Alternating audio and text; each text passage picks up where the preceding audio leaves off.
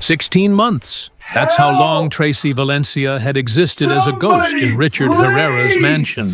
Her hands polished mahogany tables that gleamed beneath crystal chandeliers she could never afford to own. She folded Egyptian cotton towels softer than any bed she'd ever slept in, arranged imported orchids that cost more than her monthly rent in the cramped South Side apartment she shared with her sister. Wait, do you think Tracy survives what's about to happen? And when Richard Herrera discovers who attacked his employee, will Chicago's underworld survive the storm that follows? Listen, this story is about to go from zero to nuclear, and trust me, you do not want to miss a single second of what happens next. Hit that subscribe button right now because the violence, the protection, the forbidden romance, it's all coming. And it's more intense than anything you've seen before. Subscribe so you catch every line of the story that literally shut down an entire city. Let's go. The Herrera mansion sprawled across 4 floors of Chicago's Gold Coast. All black marble, floor-to-ceiling windows, and the kind of wealth that didn't whisper. It screamed. Richard Herrera was a shadow Tracy had learned to predict with surgical precision. She knew his schedule better than he did. Morning coffee at 6:15 a.m. sharp, business calls from his office between 9 and noon, meetings in the library from 2 to 4 p.m., evening departure around 7, destination unknown. Though the whole city knew. Everyone knew what Richard Herrera did after dark. You don't rule Chicago's underworld by being predictable. You rule it by being inevitable. Tracy had perfected the art of disappearing. When she heard his footsteps, heavy, deliberate, unmistakable, she vanished into another room. If she glimpsed him through doorways, dark hair swept back, tailored suits that fit like weapons, storm-gray eyes that never once landed on her, she kept moving. Her job was to be invisible, and Tracy was exceptional at being invisible. $156,000 in debt doesn't vanish on its own. Her mother died 4 years ago. Ovarian cancer that devoured their savings and left behind a mountain of medical bills that kept arriving long after the funeral.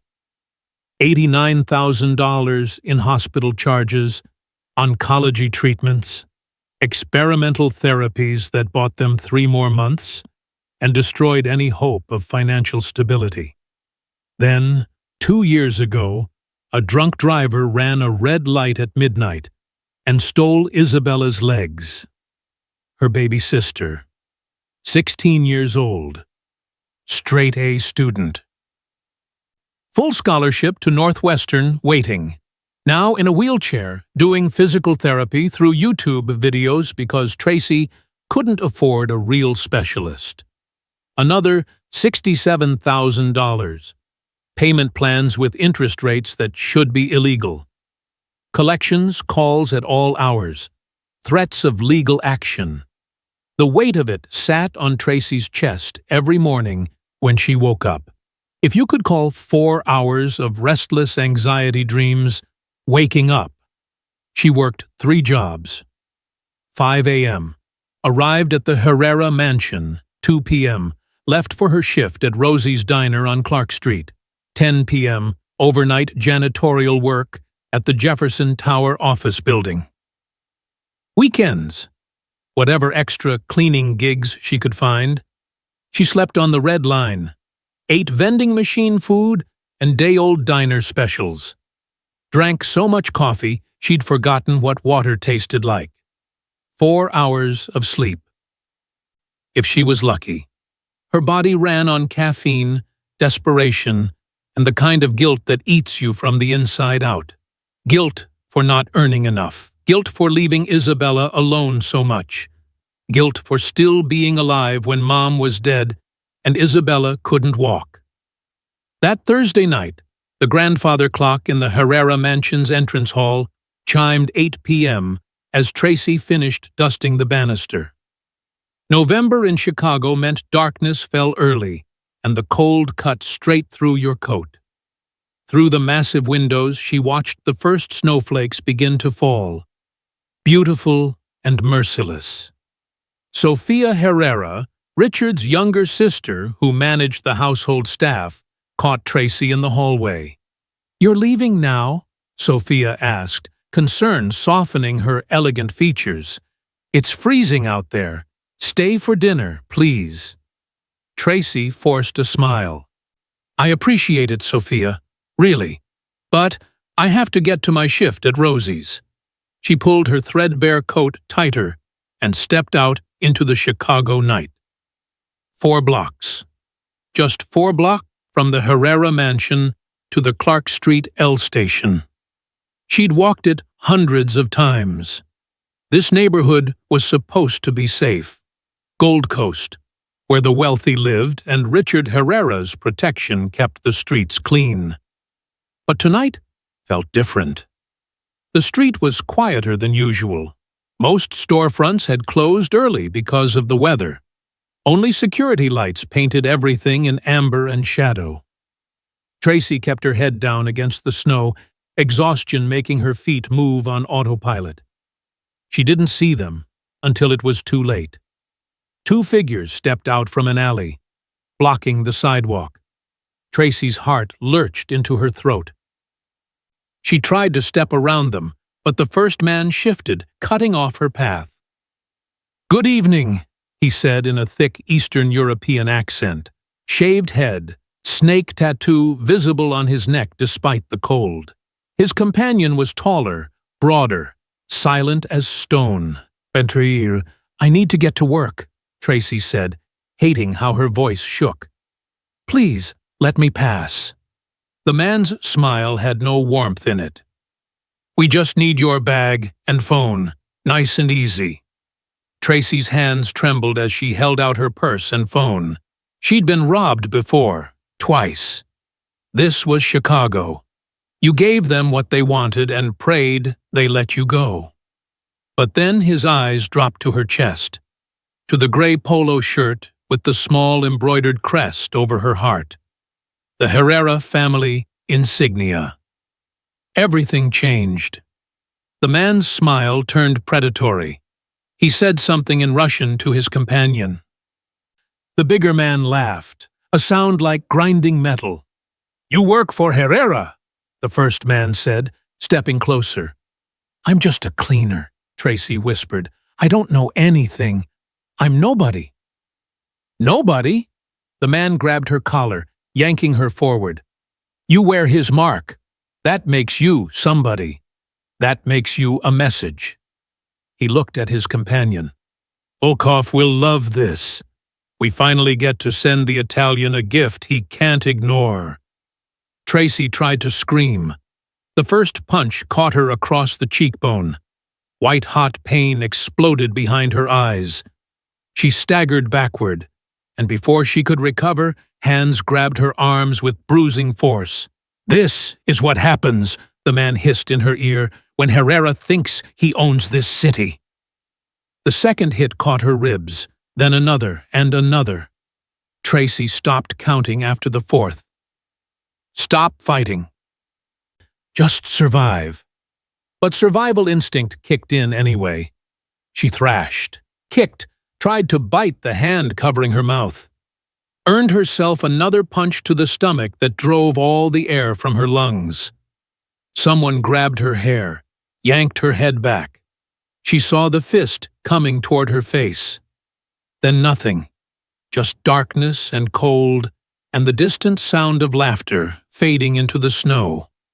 Tracy lay there in the alley, broken and bleeding, completely unaware that her life was about to change forever. But before we continue with what happens when Richard Herrera discovers what was done to his employee, I need to know, are you ready for this? Because what comes next doesn't just change Tracy's life. It changes the entire city. If you can feel where this story is headed, if your heart is already racing for what Richard is about to do, take 1 second and subscribe to this channel. Hit that notification bell, Because this story gets more intense with every phase, and trust me when I say you do not want to miss what happens when a mafia boss discovers someone hurt what's his. And drop a comment. Where are you watching from? Let's see how far this story travels. Now, let's see what happens when the Wolf of Chicago gets angry. Victor Kane had been Richard Herrera's right-hand man for 15 years. At 45, he knew Chicago's streets the way a wolf knows a forest. Every alley, every shadow, every place danger liked to hide. His job was simple: keep Richard's territory secure. Keep threats neutralized before they became problems. That's why he drove the route every night. Same path, same timing, checking that Herrera protection extended where it was supposed to. That's why he saw her. At first, his headlights caught what looked like a pile of discarded clothes in the alley between Monroe and Adams. Victor almost kept driving, but something made him stop. Maybe instinct. Maybe the way the snow had already started covering whatever it was. He pulled over, drawing his weapon from the shoulder holster beneath his coat.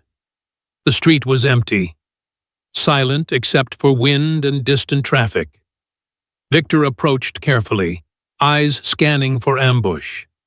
But there was nothing, just the shape on the ground, and as he got closer, his stomach dropped. A woman. Face down in the snow, dark hair spilling across dirty concrete, clothes soaked through. Not moving. Victor knelt, pressed 2 fingers to her neck. The pulse was there, faint, thready, but present. He rolled her carefully onto her back and swore under his breath. Her face was grotesquely swollen, blood leaking from her nose and mouth. Left eye bruised, nearly shut. But what made him freeze was the gray polo shirt she wore, now torn and blood-stained, the Herrera family crest over her heart. He knew this girl, the house cleaner, quiet thing who'd worked at the mansion for, what, over a year? Kept her head down and never caused problems, practically invisible. Now someone had beaten her half to death. Victor pulled out his phone, dialing the only number that mattered. Richard answered on the second ring. What? Boss, Victor said, his voice low and urgent. I found one of ours, the cleaning girl, beaten badly, still alive.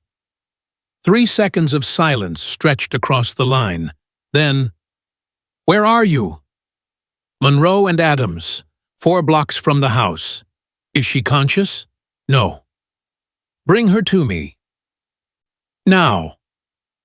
Victor understood what wasn't being said. No hospitals. Hospitals meant police reports, questions, complications their world couldn't afford. He lifted Tracy carefully. She was so light it made him frown, like there was nothing inside her but bones and exhaustion, and placed her in the back seat of his car. Draped his coat over her trembling body. Halfway to the mansion, Tracy stirred.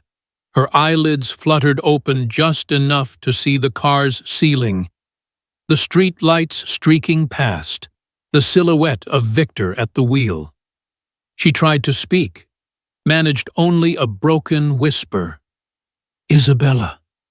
Her sister's name, the only thing strong enough to force itself through the pain. Then she slipped back into darkness.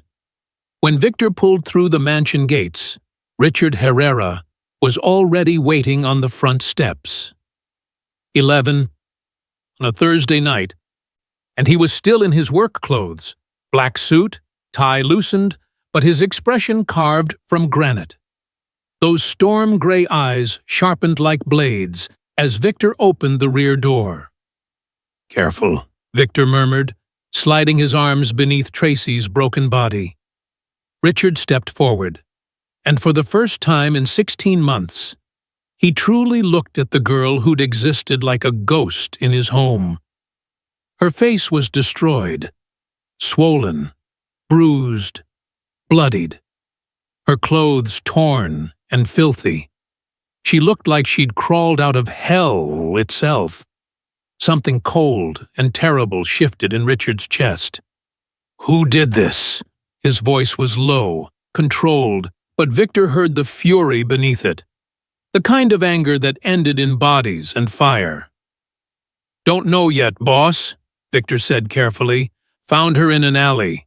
No one else around." Richard's jaw clenched. He turned toward the mansion. "Take her to the second-floor guest room. Call Dr. Morrison. Tell him to get here in the next 20 minutes or I'm coming to get him myself." "Yes, sir." "And Victor," Richard paused in the doorway, looking back over his shoulder. "I want to know who did this before sunrise. Use whatever resources you need." Victor knew what that meant. Full mobilization. Every contact, every informant, every camera feed in a 10-block radius. Someone had just made a catastrophic mistake. "Okay, pause. Can we talk about how Richard went from, 'Who's that cleaning girl?' to 'Get me answers or burn the city down' in about 3 seconds flat? That's character development, people. That's when you know it's about to get real. If you haven't subscribed yet, what are you even doing? This man is about to unleash absolute chaos. And you're going to miss it because you didn't hit a button? Subscribe now before Richard finds out you're not taking this seriously." I'm kidding. Mostly. The next phase is where protection turns into obsession. Don't say I didn't warn you. And they said a name. Victor Volkov. Tracy whispered, nodding even though the motion made her dizzy. "Volkov will enjoy this. That's what they said. We have a gift for the Italian." Richard turned away, walking toward the window where he stood looking out at the Chicago night, his hands clasped behind his back. Silence stretched so long Tracy could hear the wind outside, the ticking of a distant clock, the uneven thud of her own heartbeat. At last, Richard spoke. "Volkov." His voice was a low animal growl. "You don't need to know who he is. You only need to know that the men who did this will be found." When he faced her again, she saw something in his eyes that sent a shiver through her. Not fear, but the realization that she was looking at the face of a man capable of terrible things. A man willing to do those terrible things because of her. "Please," Tracy tried to sit up, despite the agony bursting through her ribs. "My sister, Isabella, is alone at home. She's in a wheelchair. She can't care for herself. I need to go to her." Richard stepped closer, towering over her like a dark monolith. "You're not going anywhere." "But my sister." "She'll be informed that you're safe," he said. "You can't even walk to the door, let alone care for someone else. You'll stay here until Dr. Morrison says you can leave. That's not a suggestion. That's an order." Tracy wanted to argue, to shout that he had no right to keep her here, that she had her own life, her own responsibilities. But her body betrayed her. The pain, the exhaustion, the effects of the medication settling into her veins, all of it pulled her downward, her eyelids heavy as stone. "Sleep," Richard said, his voice softening only slightly. "I'll take care of everything." Tracy wanted to ask how, wanted to ask what he meant, wanted to ask why a powerful man like him cared about an invisible house cleaner like her. But the darkness swallowed her before she could form the words. Tracy didn't know how long she'd been asleep when pain tore through her ribs and yanked her violently back into consciousness. The clock on the wall read 3:00 a.m., its hands cutting through the silence like a quiet accusation. She gasped for breath. Cold sweat gathering on her forehead, her heartbeat stumbling in her chest as she tried to understand the unfamiliar darkness around her. The faint strip of moonlight slipping through the curtains, the distant hush of wind against the windows. and it took her several seconds to remember where she was. The Herrera estate, the second-floor guest room, not her cramped South Side apartment. Isabella wasn't in the bed beside her. Her bladder throbbed painfully, a simple human need she couldn't ignore. She drew in a sharp breath, bracing herself as she shifted toward the edge of the mattress. Fire licked up her ribs, radiating across her body, until she bit her lip hard enough to taste blood just to keep from crying out. Her feet touched the floor, cold even through her thin socks. She gripped the bed frame, trying to stand. But her knees buckled instantly. She pitched forward, helpless and weightless for a terrifying heartbeat. Until an arm swept around her waist and caught her before she hit the ground. Tracy lifted her head, and in the dim moonlight, she found Richard's face only inches from hers. She'd heard no door, no footsteps, nothing at all. It was as if he'd been there the entire time, a silent guardian in the dark that she never knew she had. "Where were you planning to go?" His voice was low and rough. The voice of a man who hadn't slept either. "The bathroom," she whispered, shame burning through her, because she was 26 years old and couldn't even walk there on her own. Richard said nothing. He simply slid one arm beneath her knees, the other behind her back, and lifted her as if she weighed no more than a pillow. Though Tracy wanted to protest, to insist she could manage, her body knew it was a lie. He crossed the room, nudged the bathroom door open with his shoulder, and set her down gently, guiding her hands to the sink for balance. "Can you manage?" he asked, and for the first time, she heard something entirely new in his voice. Not command, not authority, but concern. She nodded quickly, unable to meet his eyes. He closed the door, but she could hear him standing just outside, refusing to leave. She moved slowly, painfully, using the wall for support, doing what she needed to do. When she opened the door, he was still there, waiting. He lifted her again without a word, carried her back to the bed, and lowered her carefully onto the mattress, as though she might break apart in his hands. Tracy lay there breathing hard while he pulled the blanket up around her. In the moonlight, she could see him watching her with an expression she didn't understand. "What?" she whispered. "Why are you doing this?" Richard was silent for a long moment before sitting on the edge of the bed, still keeping his distance, but close enough that she could feel the warmth of him in the cool night air. "You work in my home," he said slowly. "You're one of mine, and I didn't protect you. That's my failure." Tracy had no words. In 26 years, no one had ever claimed responsibility for any part of her suffering. Her father had vanished without explanation. Her mother had died and left behind debts that swallowed her whole. Isabella's accident had happened while she wasn't there to prevent it. She'd always carried the consequences alone, quietly, without complaint. And here was this man, the very man she'd spent 16 months avoiding, taking the blame for what had happened to her on a dark street. "Sleep," Richard said as he rose to his feet. "I'll be in the next room. Call if you need anything." Tracy closed her eyes, and for the first time in many years, she didn't feel entirely alone. Morning arrived with faint sunlight filtering through the curtains and a soft knock at the door. Tracy opened her eyes, her body still aching, but her mind clearer than it had been the night before. Sofia Herrera entered with a warm smile, carrying a tray of breakfast. Richard's younger sister looked nothing like someone belonging to the underworld. At 32, with her dark hair tied neatly at the nape of her neck and gentle brown eyes, dressed in a cashmere sweater and jeans, She appeared simply like a kind woman living a normal life. "How are you feeling?" she asked as she set the tray on the table beside the bed.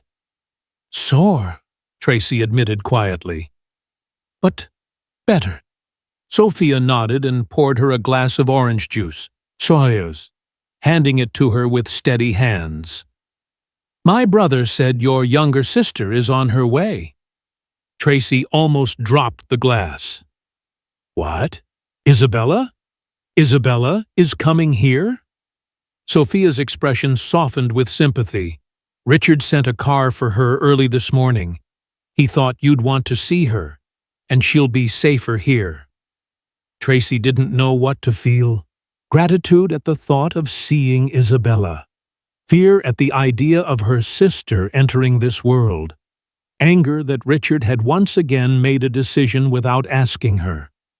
She hadn't yet settled on any emotion when the sound of an engine drifted in from the front drive. Sophia moved to the window and pulled the curtain aside. "They're here!"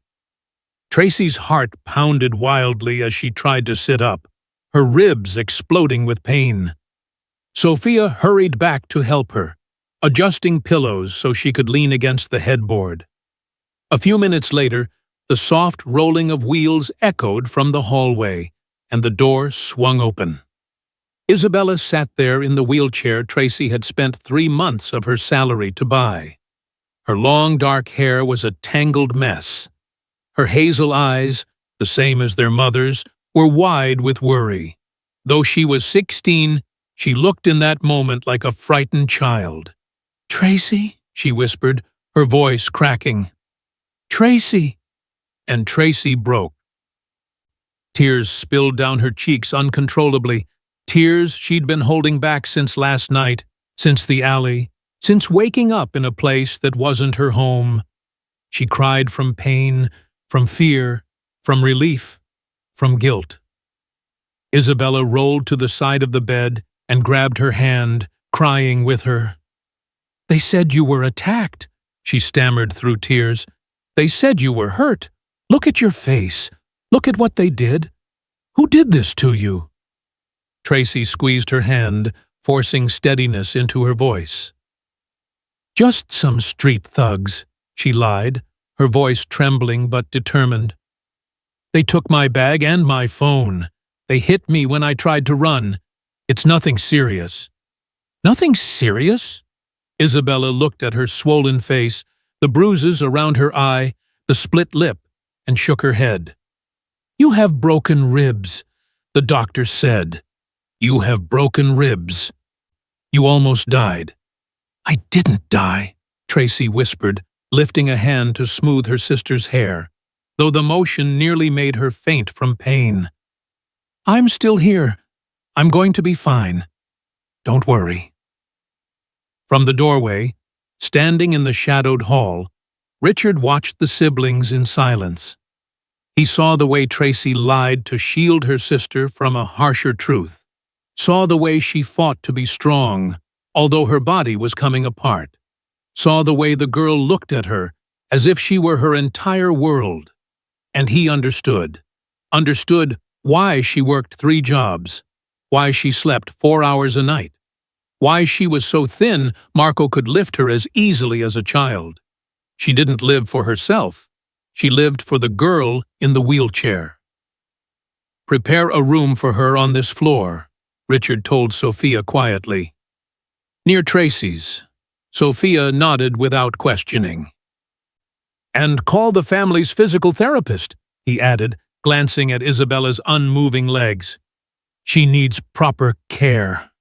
Sophia looked at her brother with something like astonishment, as though she were seeing something new in the man she'd known all her life. "You care about her," she murmured. "She's one of mine," Richard replied, his voice flat and unreadable.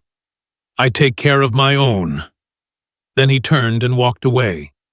But Sophia noticed the way he looked back at Tracy's room once more, before disappearing into the dim hallway. "Okay, hold up. Did you just see what happened?" Richard Herrera, the man who rules Chicago with an iron fist, just brought Tracy's disabled sister into his home, arranged physical therapy, gave her a room. This man is not playing around. If you're not subscribed yet, what are you waiting for? This story is about to go from protective to possessive, and you're going to want front row seats for every single moment. Hit that subscribe button now, turn on notifications, and drop a comment telling me where you're watching from. Because what happens next? It's going to change everything. 3 days passed in the mansion like a strange dream Tracy wasn't sure she wanted to wake from. Each morning, Sophia arrived with breakfast, dishes Tracy had only ever seen on cooking shows or in magazine pages. Plates of eggs Benedict softened beneath warm hollandaise, toast brushed with truffle butter, freshly squeezed orange juice, rich Italian coffee whose aroma seemed to fill the entire room. Tracy tried to refuse, insisting that bread and water were enough. But Sophia only smiled gently and reminded her that she needed real nourishment if she wanted to heal. Between meals and bandage changes, Sophia stayed to talk. She spoke about life inside the mansion, about managing the household, about the Sicilian recipes she'd learned from their grandmother. And slowly, she began to speak about Richard. "He wasn't always like this," Sophia said as she brushed Tracy's hair, her touch careful and soothing like that of an older sister. "As a child, he used to laugh all the time, loved books, loved playing the piano. Our father hated it." Tracy listened quietly, absorbing every word. "Our father was a hard man," Sophia continued, her voice carrying a quiet ache. "He believed the men in this family weren't allowed to be weak. When Richard was 14, he forced him to witness the first time he dealt with a traitor. Richard vomited all night, but our father didn't allow him to cry. Said tears were a luxury an heir couldn't afford." Tracy thought of the man who had carried her to the bathroom at 3 o'clock in the morning. The man who had stood in silence as she and Isabella clung to each other and cried. And she wondered where the laughing boy who loved piano had gone, buried somewhere deep inside the man he'd become. Every afternoon at exactly 4 o'clock, like a Swiss clock, Dr. Morrison appeared. He examined her injuries, changed her dressings, listened to her heart and lungs. On the 3rd day, he declared that her ribs were healing well, the bruises fading, though she still needed at least 10 more days of rest. From the nearby room, Tracy heard Isabella laughing, a sound she hadn't heard since before the accident 6 months ago. She dragged herself to the doorway, bracing one hand against the wall as she peered into the hallway. Isabella sat in a bright, spacious room flooded with sunlight, working through physical therapy exercises with a middle-aged woman in medical scrubs, the family's specialist. "Your muscles are responding well," the therapist said, as she helped Isabella stretch her legs with practiced precision Tracy had never seen in any of the free online videos she'd relied upon. "If you stay consistent, you may regain some mobility." Tracy stood there with tears streaming down her cheeks, not from pain, but from the sight of hope returning to her sister's face for the first time in months. But that hope carried a cost she wasn't sure she could afford. That evening, when Richard came for his routine check, Tracy was sitting upright, waiting for him. "I can't accept all of this," she said, her voice trembling but firm. "The physical therapist, the room for Isabella, the food, the medicine. I can't pay for any of it." Richard stood in the doorway, the hall light forming a halo behind him so she couldn't fully see his expression. "Who said you had to pay?" he asked. "I don't take charity," Tracy replied, struggling to keep her voice steady. "My whole life, I've taken care of myself and my family. I don't need anyone's pity." Richard entered and closed the door behind him, stepping closer until Tracy could see the flicker of something like respect in his gray eyes. "You think this is charity," he said slowly. "You were attacked because you work for me, because you wore my family's logo on your chest, and that made you a target. This isn't charity. This is responsibility." "I don't want you taking responsibility for me," she said. "You don't have a choice," he answered. And the words weren't a suggestion. "You'll stay here until you're fully healed. Your sister will receive proper care, and you won't pay a single cent. Because this is what I'm obligated to do, not something you asked for." Then he turned and left, not giving her the chance to argue. Tracy stared at the door long after he disappeared, realizing she was dealing with a man who didn't know how to hear the word no. And the more frightening truth was that she was no longer sure she wanted to say it. On the 5th day, Tracy could finally move around the room without needing to steady herself against the wall. The pain in her ribs was still present, yet softened now into a dull, lingering ache rather than the sharp, tearing agony that had ruled her body before. The bruises on her face had shifted from deep violet to mottled shades of green and gold, the colors of healing. She was sitting by the window, looking down at the garden behind the mansion, when a knock broke the quiet. She assumed it was Sophia bringing lunch. But the man who entered was Richard, and he wasn't alone. Victor Kane followed him in, the 45-year-old's face carved into stillness, though his eyes were as sharp as blades. Tracy sensed instantly that something had happened. The air in the room tightened the way it does before a storm.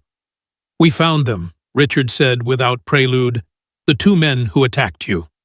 Tracy felt the blood inside her slow to a crawl. She didn't ask how he found them or where they were now. She knew his world moved according to rules she didn't understand and didn't want to understand. "They were men working for Viktor Volkov," Victor added in his deep, even voice. "Volkov is the head of the Russian Bratva in Chicago. He's trying to push into our territory. Attacking you was his way of sending us a message." Tracy swallowed.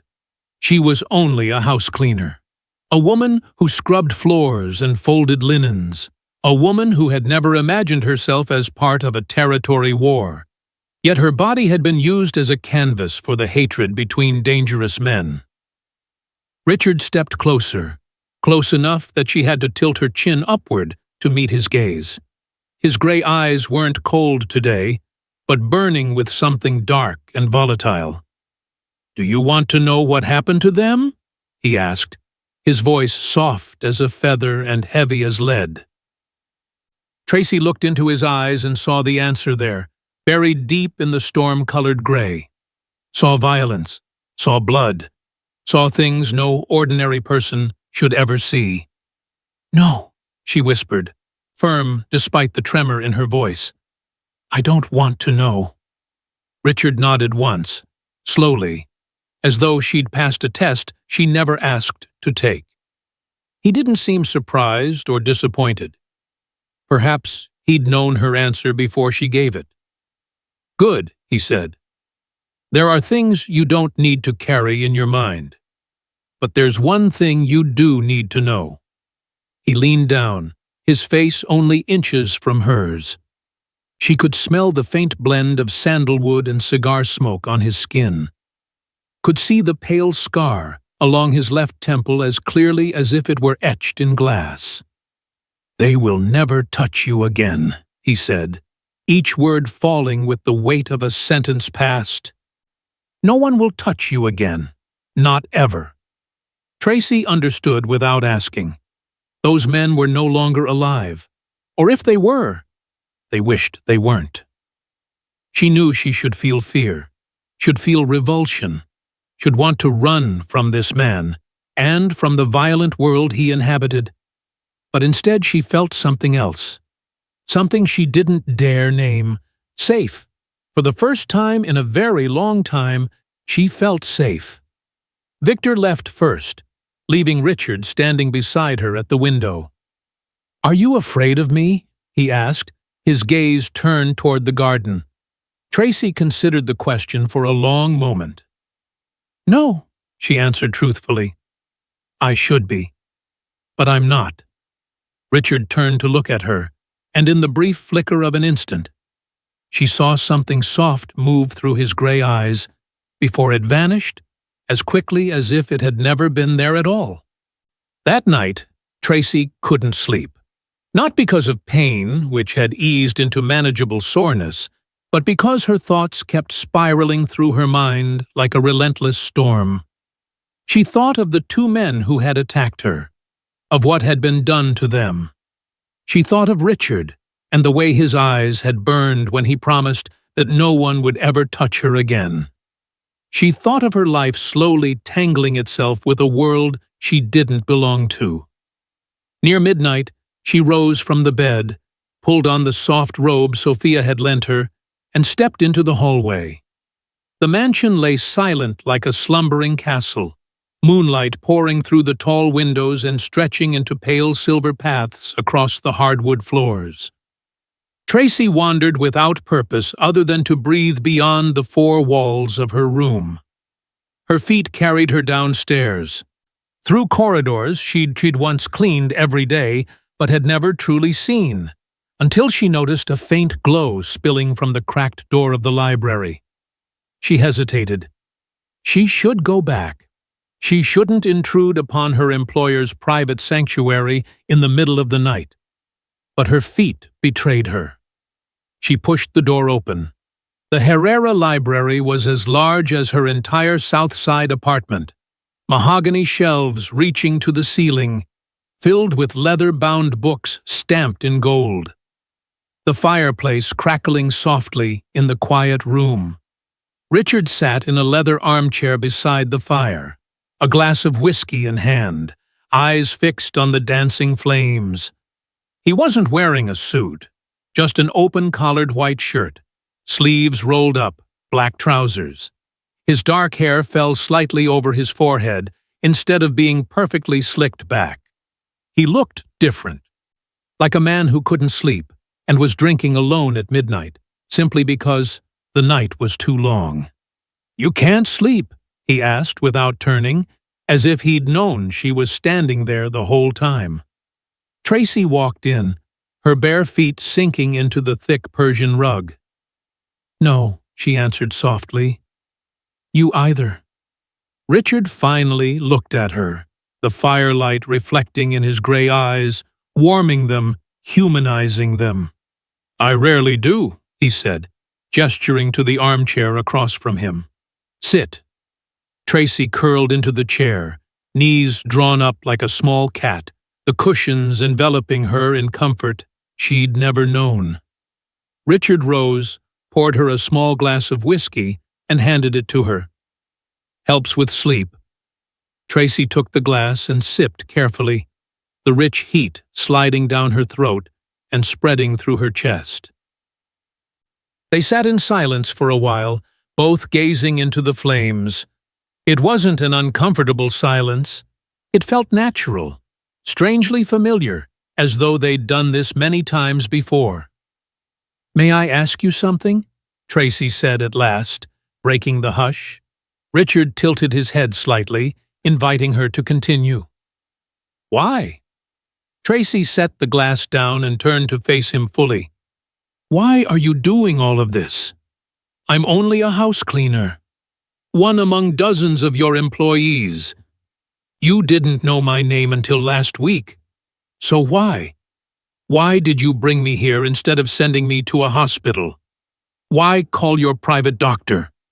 Why bring my sister here and give her a physical therapist? Why hunt down the men who attacked me and do whatever it is you did to them?" Richard didn't answer right away.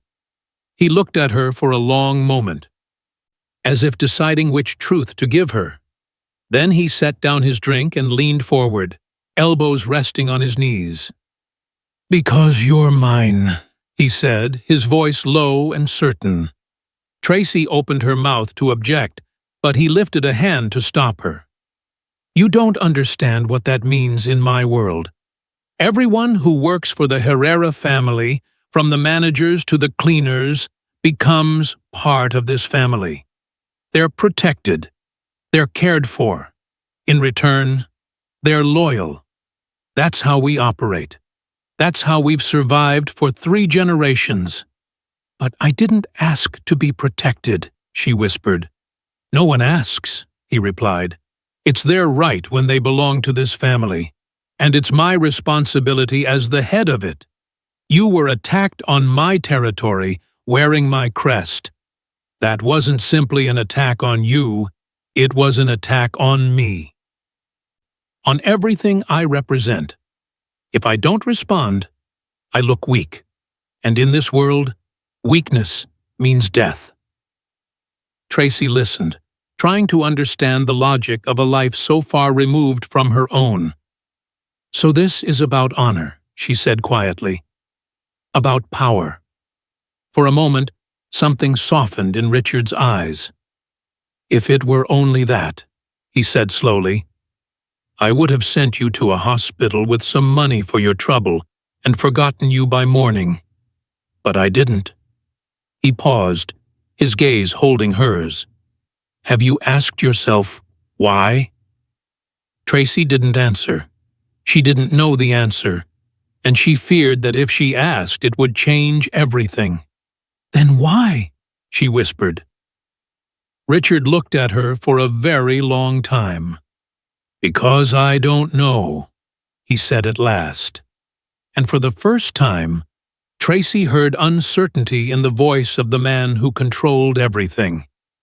Because there's something about you that I can't look away from anymore. That night, after their conversation in the library, Tracy returned to her room with her mind spinning. Richard's words echoing through her like a bell that wouldn't stop ringing. There's something about you that I can't look away from. What did that mean? Who was she? A woman who scrubbed floors and folded sheets, that a man like Richard Herrera should be unable to look away. She drifted into sleep with questions swirling like smoke. And that was when the nightmare began. She stood again in the dark alley. The rain was falling hard, cold enough to pierce through skin, soaking her to the bone. 2 figures stepped out of the shadows, and this time she could see their faces clearly. The bald one with the snake tattoo, grinning at her with a warped, devilish smile. You work for Herrera, he said, his voice echoing as though it came from inside a cavern. Volkov will enjoy this. She tried to run, but her legs wouldn't move. She tried to scream, but her throat locked tight. The first punch came, then the second, then the third, pain exploding through her body, and this time, there was no one coming to save her. She lay on the wet pavement, blood stinging her eyes, as one of the men lifted his boot to crush her skull. Tracy screamed. The sound tore through the night, through the room, through the hallway, perhaps through the entire mansion. She bolted upright in the bed, drenched in sweat, heart pounding so violently she thought it might burst, her limbs trembling uncontrollably. The door flew open. Richard stormed in like a force of nature, his eyes wild as they swept the room for danger. He wore only sleep pants and a hastily buttoned shirt, barefoot on the wooden floor, dark hair falling across his forehead. When he saw she was alone, curled in on herself, he stopped, drew in a breath, and approached her slowly. "Tracy," he said, his voice soft and careful, as though speaking to a frightened animal. "Tracy, you're safe. You're here. You're safe." But she couldn't hear him. She was still in the alley, still taking the blows, still feeling the terror ripping through her. She shook uncontrollably, teeth chattering, tears streaming down her cheeks, without her even noticing. Richard sat on the edge of the bed. He didn't ask if she was all right or offer empty comfort. He simply took her hand. His hand was large and warm, enclosing her cold fingers completely. He held on firmly enough for her to feel him. Firmly enough to anchor her. "Tracy," he said again, closer this time, warmer. "Look at me." Slowly, she turned her head until her eyes met his in the darkness. His gray eyes weren't cold now. They were watching her with something she didn't dare name. "You're here," he said, each word steady and deliberate. "In my home, safe. No one can touch you here. No one." His voice was low and even, like waves beating softly against a shore, pulling her back from the nightmare. Tracy breathed deeply. Once, twice, 3 times. Her trembling eased little by little. Her heart began to slow. Tears still fell, but the panic loosened its grip. She didn't know how long they stayed like that, minutes or hours. Richard didn't let go of her hand, didn't leave, didn't show impatience or discomfort. He simply sat at her side in the dark, his shoulder touching hers, holding her hand until her breathing steadied. "I'm sorry," she whispered, her voice raw. "I woke you." "You don't need to apologize," he replied, shifting to lean back against the headboard beside her. "Do you want to talk about it?" "No." "Good. Sometimes silence is best." They sat there in quiet, shoulder to shoulder, staring into the darkness. Tracy felt the warmth radiating from his body, felt the calm of his steady breathing, felt the immovable presence of him beside her. And for the first time in many years, she felt safe. Not the borrowed safety of a locked apartment door, but real, solid, unshakable safety. The kind that came from being beside a man who would burn the world to the ground if anyone dared lay a hand on her. She turned slightly, looking at his profile in the moonlight. "Richard," she whispered. He turned his head, gray eyes meeting hers. "Thank you," she said, "for everything, for bringing me here, for Isabella, for staying." Richard studied her face for a long moment. Then, slowly, he lifted his hand and brushed a strand of hair away from her cheek. His fingers lingered against her skin, warm, careful, reverent. "You don't need to thank me," he said quietly. "This is where you belong now. Here, safe." With me, Tracy's breath caught. The words hung between them, heavy with meaning. Neither of them was quite ready to name. But in that moment, sitting in the darkness with his hand against her face and his eyes holding hers, Tracy made a choice. She leaned forward and pressed her lips to his. It was gentle, tentative, a question more than a statement. For a heartbeat, Richard went completely still. Then his hand slid to the back of her neck, and he kissed her back. Not gentle, not tentative, deep, hungry, desperate. The kiss of a man who'd been holding himself back for far too long. His other arm wrapped around her waist, pulling her closer despite her injuries. She gasped against his mouth, but didn't pull away. Instead, her hands rose to his chest, fingers curling into his shirt. When they finally broke apart, both breathing hard, Richard rested his forehead against hers. "Tracy," he whispered, his voice rough. "You need to understand what this means." "I know what it means," she answered. "No." He pulled back, forcing her to look at him. "You don't. If we do this, if we cross this line, there's no going back. You'll be mine, truly mine. And I don't share. I don't let go.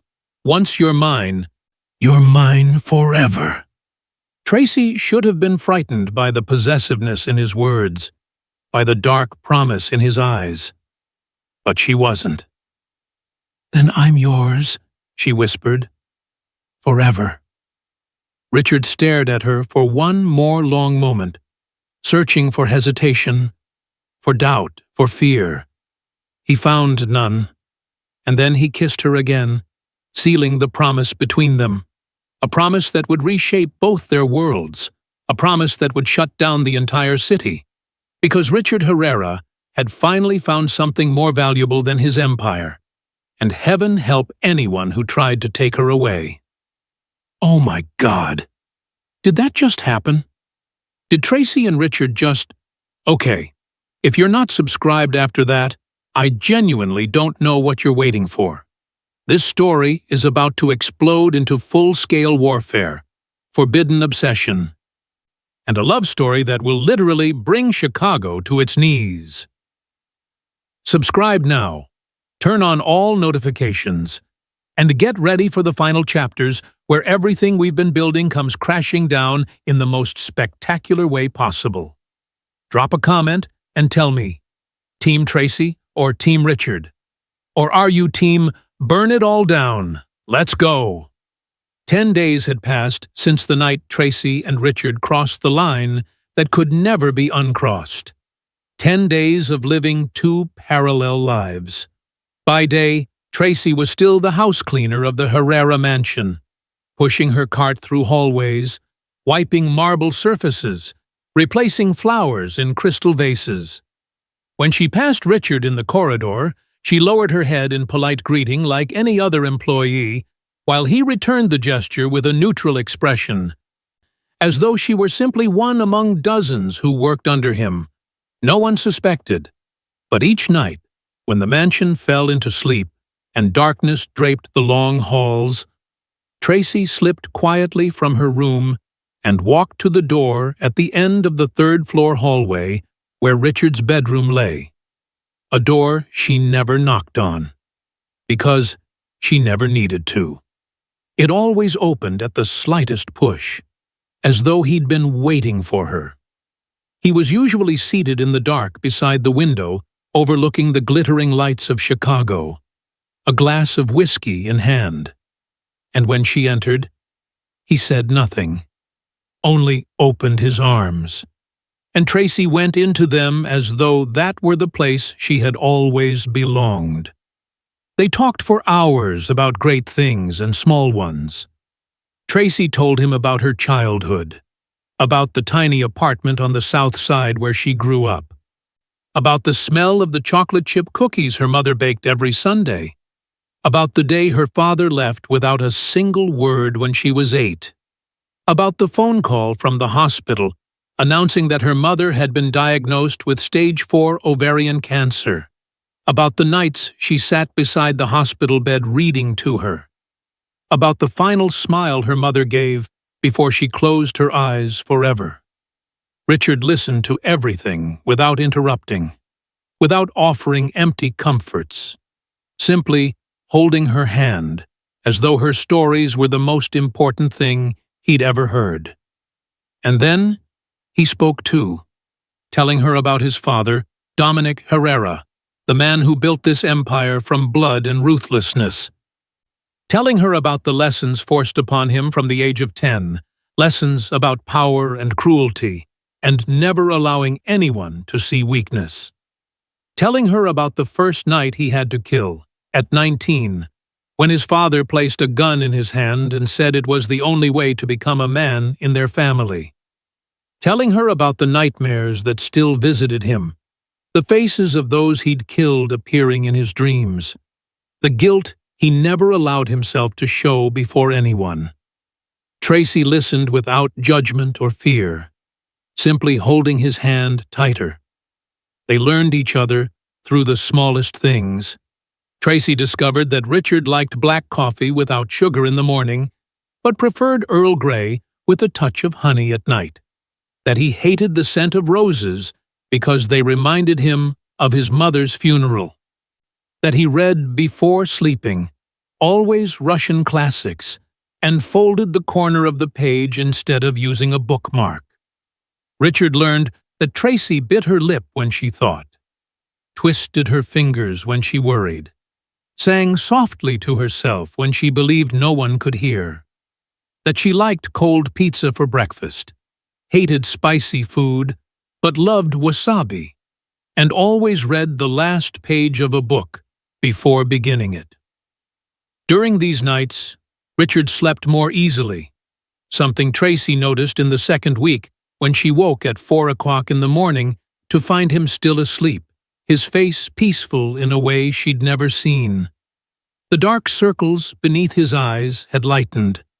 His jaw was no longer tensed.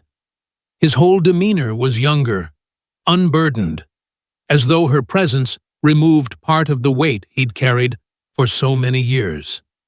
Tracy changed as well.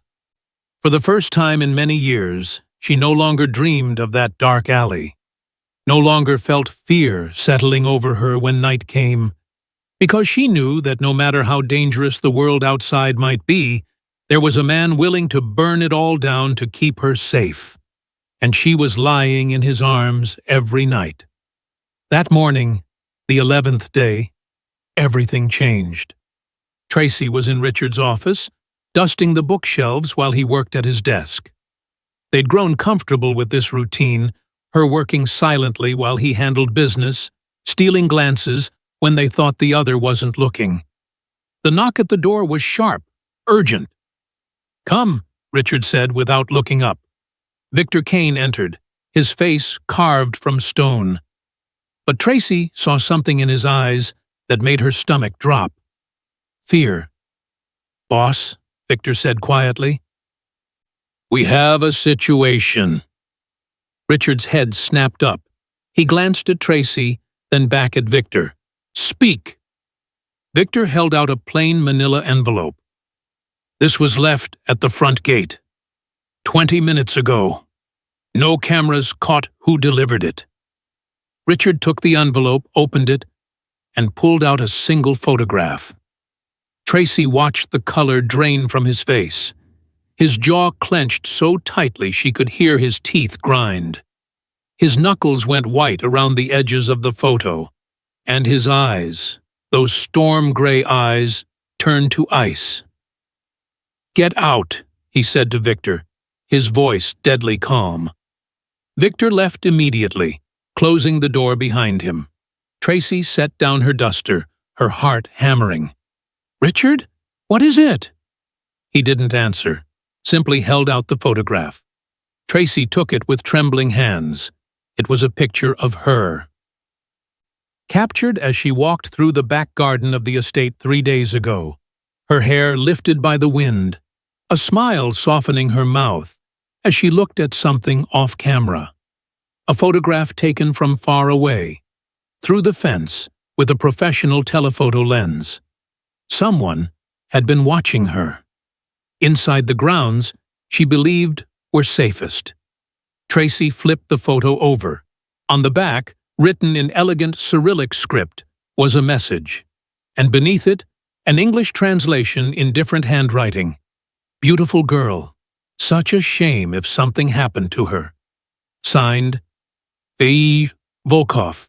Tracy's hands shook so badly, the photo slipped from her fingers and fluttered to the floor. "He knows," she whispered. "Volkov knows about me." Richard was already moving. He crossed the room in 3 strides, grabbed his phone, and made a call. "Lock down the estate. Full security protocol. No one in or out without my direct authorization. And get me everything we have on Volkov's movements in the last 72 hours. He hung up and turned to Tracy. The look on his face was one she'd never seen before. Not anger, not fury, but something far more dangerous. Pure primal fear. Not for himself. For her. "Pack a bag," he said. "Now, you and Isabella are leaving Chicago within the hour." "What? No! This isn't a discussion." Richard grabbed her shoulders, his grip firm but not painful. Volkov just declared open season on you. He knows you're important to me, which means you're now the most valuable target in this city. I need you somewhere safe while I handle this." "Handle this how?" Tracy demanded, her voice rising. "By starting a war? By getting yourself killed? By doing whatever it takes to make sure you stay alive?" The words echoed in the office. Richard's chest heaved. His eyes burned into hers. "You don't understand," he said, his voice dropping to something raw and broken. "You don't understand what you've become to me. I have spent 15 years building this empire, 15 years making myself untouchable, unbreakable, and then you walked into my life and changed everything." He cupped her face in his hands.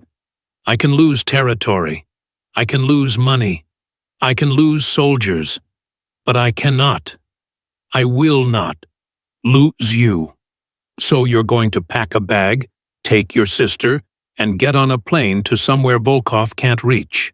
And you're going to stay there until I've ended this threat.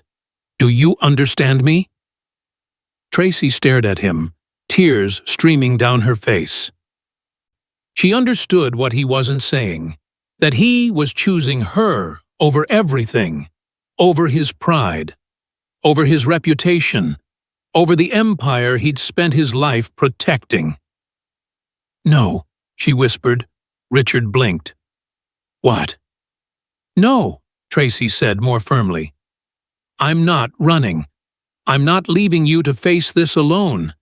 And I'm not going to be the reason you lose everything you've built." "Tracy, listen to me."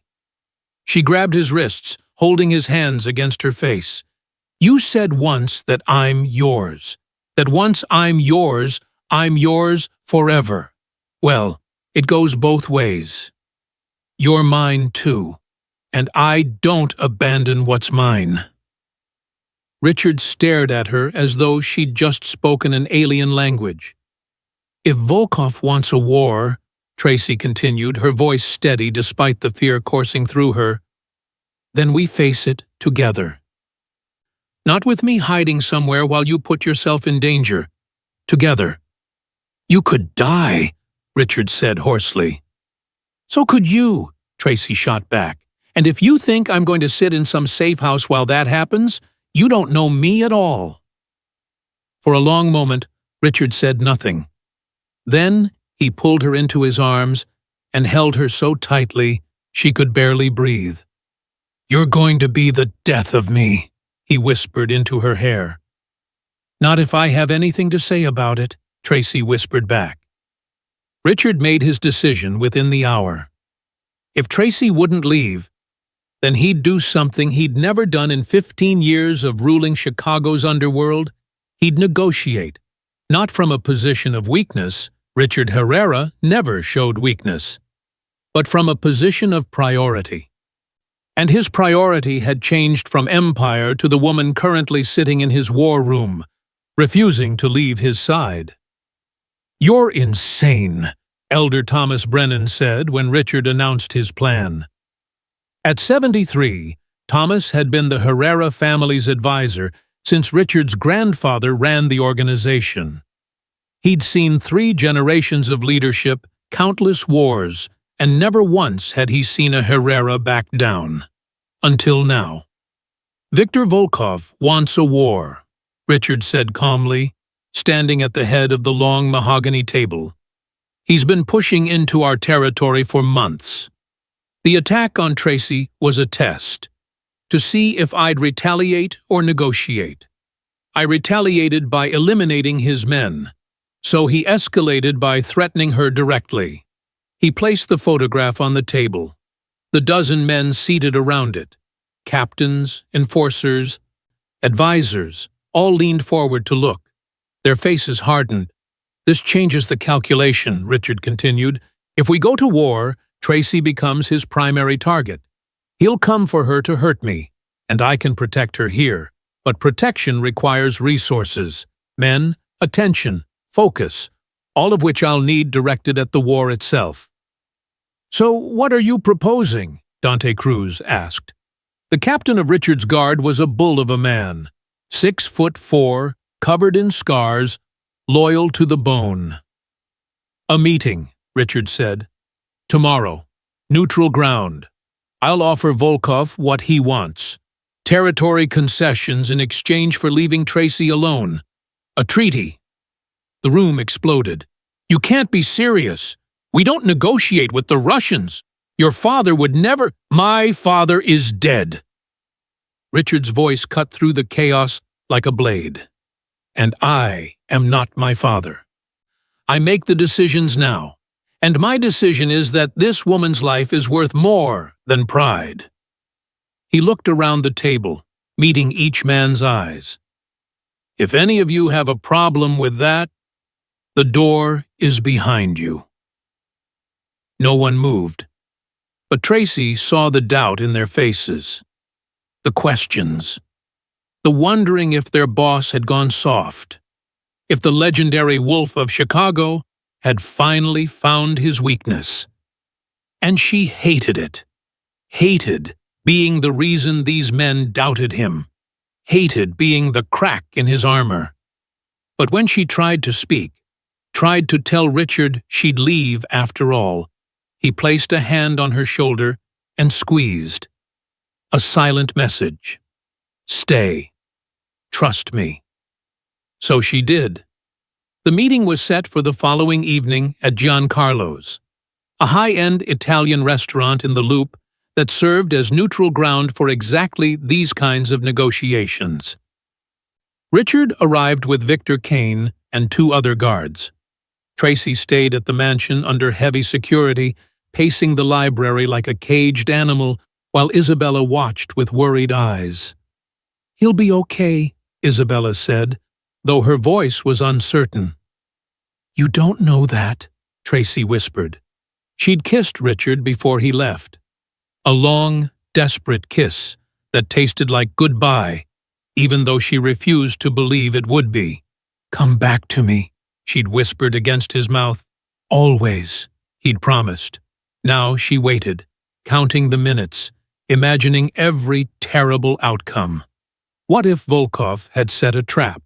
What if this was an ambush? What if she never saw Richard again? The hours dragged like years. At Giancarlo's, Richard sat across from Viktor Volkov in a private back room. Volkov was 52, built like a bear, with a shaved head and cold blue eyes that held the kind of cruelty that comes from enjoying violence rather than simply using it.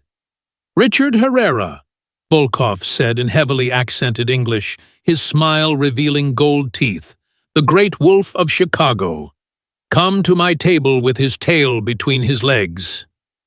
I came to prevent unnecessary bloodshed, Richard replied evenly.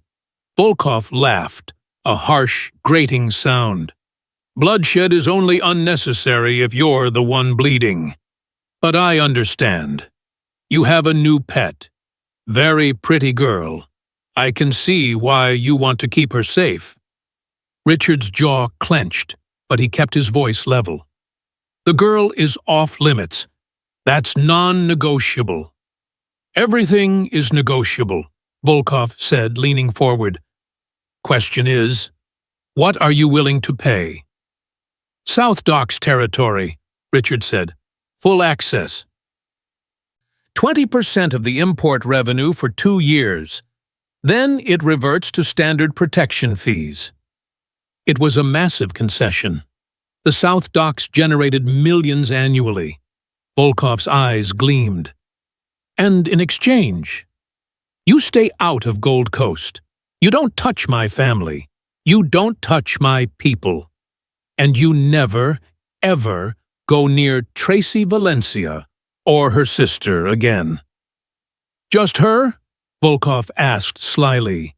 Or should I assume you have other women I need to avoid? Just her, Richard said. But that term is absolute. You violate it, the treaty is void, and I will burn every operation you have in this city to the ground. Volkov studied him for a long moment. Then he smiled. "You love her." It wasn't a question. "That's irrelevant," Richard said. "No," Volkov replied. "It's everything, because it means you're weak now. And weakness in our world is death." He leaned back in his chair. "But I accept your terms, not because I fear you, but because the South Docks are worth more than one girl's life. You have your treaty, Richard Herrera. Your woman is safe." He extended his hand. Richard stared at it for 3 full seconds, knowing that shaking it meant admitting Volkov was right, that he'd shown weakness, that he'd chosen love over power. Then he gripped Volkov's hand and shook. "If you break this agreement," Richard said quietly, "I will make you beg for death long before I grant it." Volkov's smile widened. "I believe you, Wolf. I believe you." Richard returned to the mansion at 1:00 a.m. Tracy was still awake, sitting in the library, staring at the fire. When she heard his footsteps, she turned, and the relief on her face nearly broke him. She ran across the room and threw herself into his arms. "You're okay," she breathed. "You're okay." "I'm okay," Richard confirmed, holding her tightly. "It's done. The agreement is signed. Volkov will stay away from you. The war is over." Tracy pulled back to look at him. "What did it cost?" "The South Docks," Richard said. "And my reputation." "Your reputation?" "Word will spread," he said quietly. "That Richard Herrera negotiated, that he gave up territory, that he backed down. Allies will question whether I'm still strong enough to hold this empire. Rivals will see opportunity." Tracy's eyes filled with tears. "This is my fault." "No," Richard cupped her face. "This is my choice. You didn't ask me to do this. I chose it. Because you're more important to me than empire, than power, than anything I've built. Do you understand? I would rather rule nothing with you beside me than rule everything alone." "But—" "No buts," Richard said firmly. "I spent 15 years becoming a king, and kings are always alone, always cold, always empty. Then you walked into my life and showed me what it feels like to be human again, to care about something beyond territory and blood, to have something worth protecting that isn't an empire." He rested his forehead against hers. "I love you, Tracy. Not because you're beautiful, not because you make me want to be better. I love you because you looked at the monster and asked if he was okay, because you saw the worst parts of me and didn't run, because you make me believe that maybe, just maybe, I deserve something good in my life." Tracy was crying fully now, her hands gripping his shirt. "I love you too," she whispered. "I love you so much, it terrifies me, because I never thought I'd have this. Never thought anyone would choose me over everything else. Never thought I'd matter this much to someone." "You matter more than everything," Richard said. "You're the only thing that matters." He kissed her then, deep and slow and full of promise. And when they finally broke apart, he took her hand. "Come with me," he said. "There's somewhere I want to show you." Richard led Tracy through the mansion. Upstairs she'd cleaned 100 times, to a door on the 4th floor she'd never opened. The door to the rooftop terrace. When she stepped outside, the cold November air hit her face, and she drew a sharp breath. The entire sweep of Chicago unfurled before her like a glittering tapestry of light. Skyscrapers rising into the night sky. Streets glowing like ribbons. The dark expanse of Lake Michigan stretching to the eastern horizon, and above it all, stars scattered like diamonds across black velvet. "It's beautiful," Tracy whispered. "This is where I come every morning," Richard said, standing beside her at the railing. "To look out over the empire my grandfather began, my father built. And I've spent 15 years holding together power, territory, responsibility for 200 families whose survival depends on my decisions." He turned to her. "But since you came into my life, each time I stand here, I no longer see an empire. I see the city where you live, the streets you walk, the world I want to keep safe, not for power, but because you're in it." Tracy felt her heart tighten as the city lights glittered below them like a universe of possibilities. Richard lifted his hand to her cheek, tracing the curve where bruises had bloomed weeks earlier. "I need you to understand something," he said quietly. "What happened tonight? The negotiation? The treaty? It's going to have consequences. Some of my allies will turn on me. Some of my enemies will test me. There will be challenges to my authority, possibly violence. The next few months won't be easy." "I know," Tracy said. "And I need you to know that if you want out, if you want to take Isabella and leave, start a new life somewhere safe and quiet, I'll let you go. I'll give you money, protection, everything you need, because I love you too much to trap you in this world if you don't want to be here." Tracy looked at him for a long moment. Then she smiled. "You still don't understand, do you?" she said softly. "Understand what?" "I'm not here because I'm trapped. I'm not here because I owe you. I'm not even here because you paid my debts or saved my life." She placed her hand over his heart. "I'm here because this is where I choose to be, with you, in your world, facing whatever comes next, together." "Tracy, you said once that I'm yours," she continued. "That once I'm yours forever. Well, you're mine too. And I don't care if that means living in a mansion or a war zone. I don't care if your enemies target me or your allies doubt you. I don't care about any of it, as long as we face it together."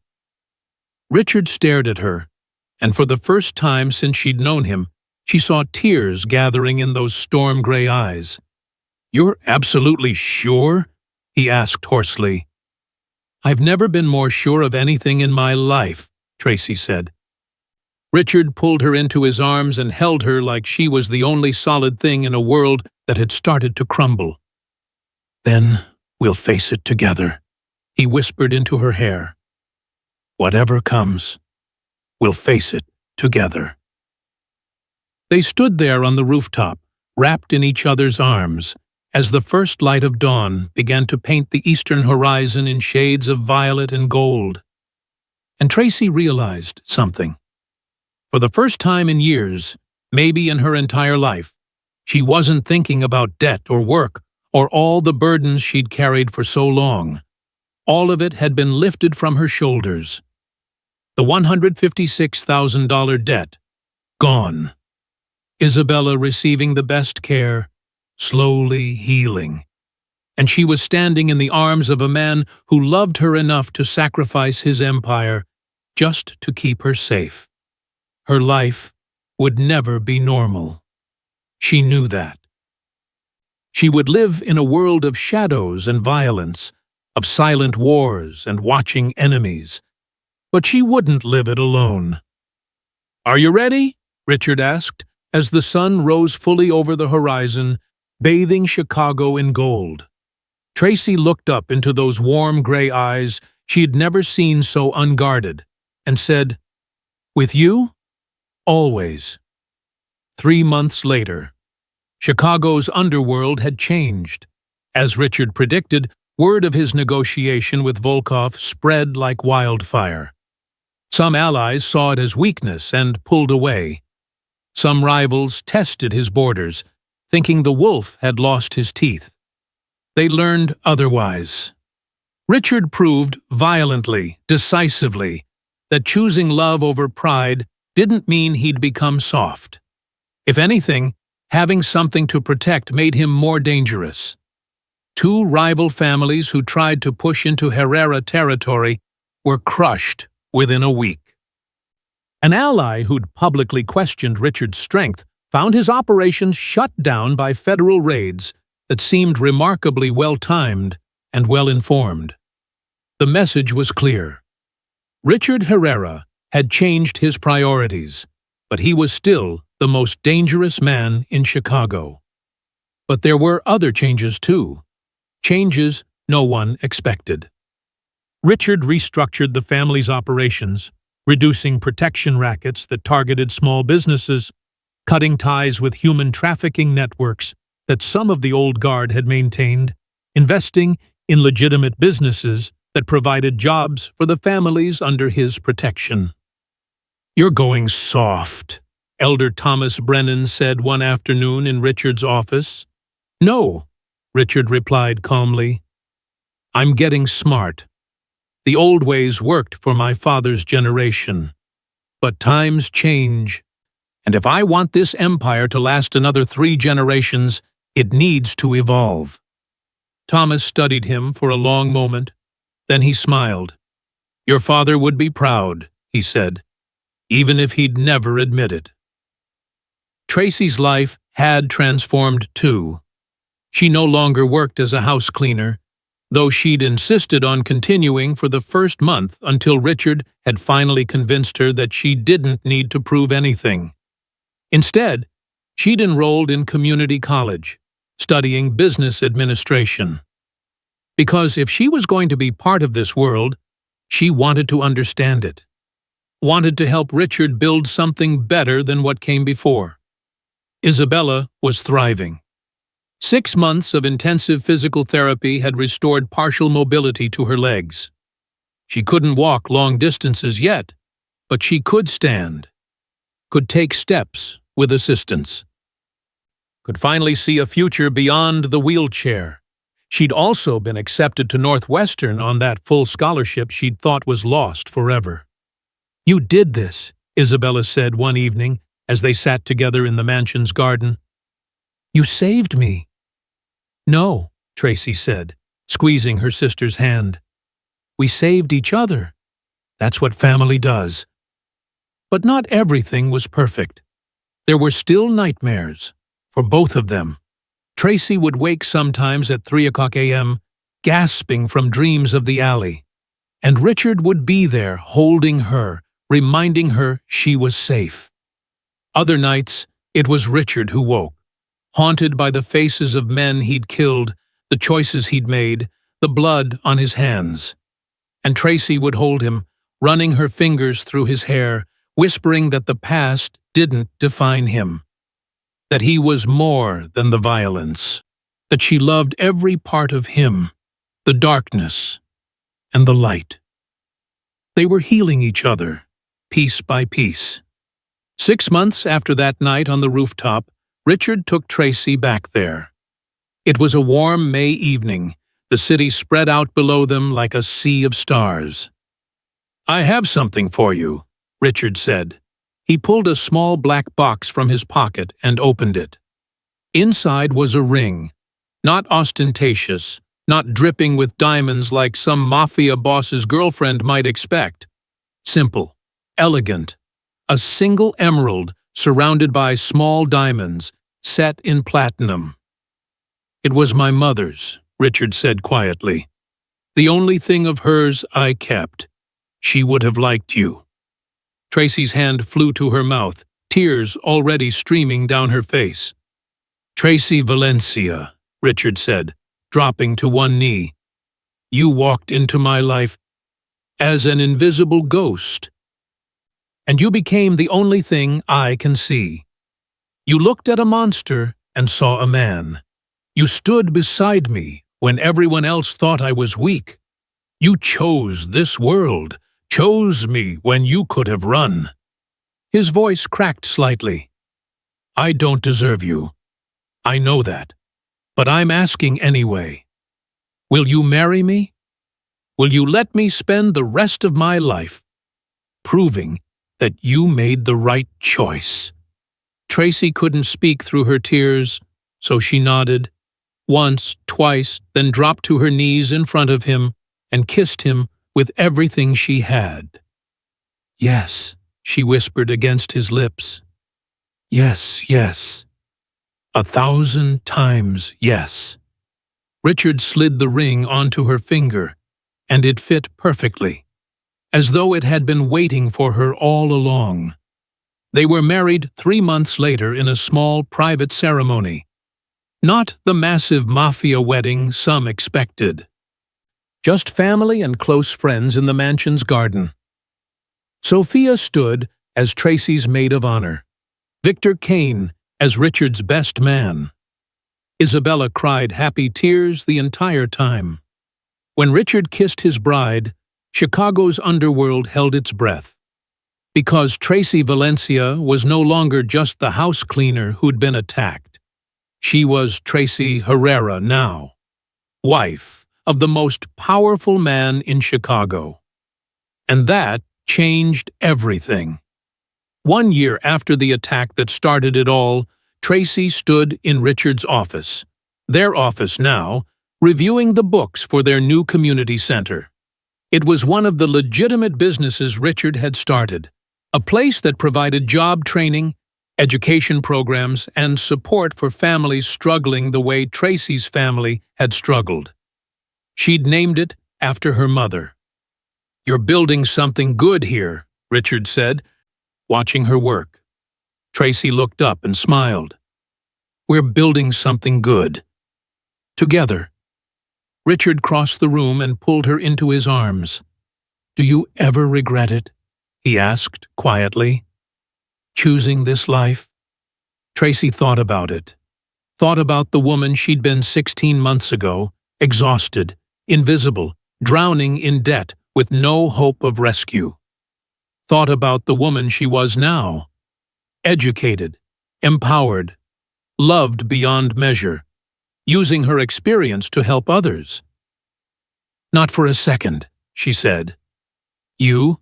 Never," Richard replied. "You're the best thing that ever happened to me." "Even though I shut down the entire city?" Richard laughed, a real, genuine laugh that lit up his whole face. "Especially because you shut down the entire city. You reminded me that some things are worth more than power. That being the strongest doesn't mean being the loneliest. That loving someone isn't weakness. It's the bravest thing a man like me can do." Tracy rose on her toes and kissed him softly. "I love you, Richard Herrera." "I love you too, Tracy Herrera. Forever." And as the sun set over Chicago, painting the skyline in shades of amber and gold, they stood together in the empire they were rebuilding, not with blood and fear, but with love and hope, and the fierce determination to make their world better than the one they'd inherited. Because that's what happens when a notorious mafia boss asks, "Who the fuck touched you?" and actually means it. That's what happens when an invisible woman finally gets seen. That's what happens when two broken people find each other and decide that together they can heal. They don't not just change each other. They change everything. 2 years later. "Mama, Mama, watch me!" Tracy looked up from the garden bench where she'd been reading and smiled. Her daughter, 16-month-old Elena Rose Herrera, was toddling across the grass toward her father, chubby arms outstretched. Richard scooped her up and spun her around, Elena's delighted squeals filling the afternoon air. Tracy's hand moved unconsciously to her belly, where their second child, a boy this time, was growing. Isabella appeared on the terrace, walking slowly but steadily on her own now. She'd graduated from Northwestern with honors and was starting law school in the fall. "Aunt Bella!" Elena shouted, reaching for her. "Hey, Mama Munchkin," Isabella said, taking the toddler from Richard and settling her on her hip. Richard crossed to Tracy and sat beside her on the bench, pulling her against his side. "Happy?" he asked. Tracy looked at their daughter playing with her aunt, at the mansion that had become home, at the ring on her finger and the life growing inside her, at the man beside her who had once been a ruthless killer and was now a devoted husband and father. "Happier than I ever thought possible," she said. And it was true. They'd built something impossible, a family, a future, a love story that had literally shut down an entire city and rebuilt it into something better. Not perfect, never perfect, but theirs. And that was everything. If you have made it this far and enjoyed our story, don't forget to subscribe and tell us where you are watching from in the comment section.